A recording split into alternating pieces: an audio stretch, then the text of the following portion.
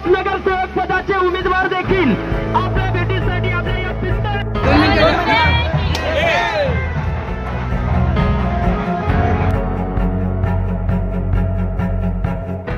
पिंपळनेर नगर परिषद निवडणुकीत नारळ फोडून महाविकास आघाडीच्या प्रचाराचा शुभारंभ। महाविकास आघाडीच्या अधिकृत उमेदवार डॉक्टर प्रतिभा प्रकाश चौरे देशमुख तसेच नगरसेवक पदाचे उमेदवार यांच्या निवडणूक प्रचार मोहिमेला आज पारंपरिक पद्धतीने प्रारंभ झाला। शहराच्या मध्यवर्ती भागातील कालिका माता मंदिर परिसरात नारळ फोडून रॅलीचा शुभारंभ करण्यात आला।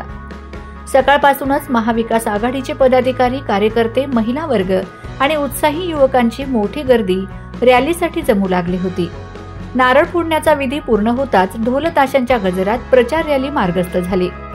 यावेळी उमेदवार डॉक्टर प्रतिभा प्रकाश चौरे यांनी नागरिकांना अभिवादन करत आगामी निवडणुकीतील आपले प्रमुख मुद्दे, विकासाची दिशा आणि पिंपळनेरच्या प्रगतीसाठीची बांधिलकी याबाबत थोडक्यात माहिती दिली।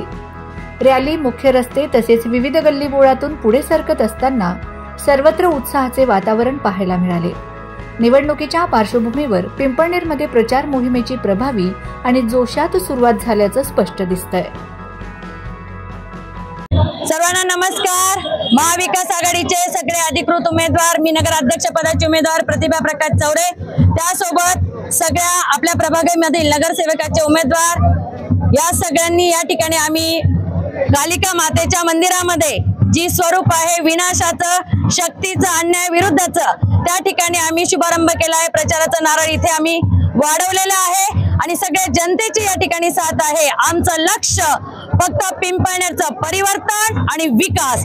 आम्हाला विश्वास आहे की पिंपळनेर नगर परिषद अंतर्गत येणारे सर्व मतदार बंधू भगिनींचा कौल आम्हाला 2 तारखेला मिळणार आहे।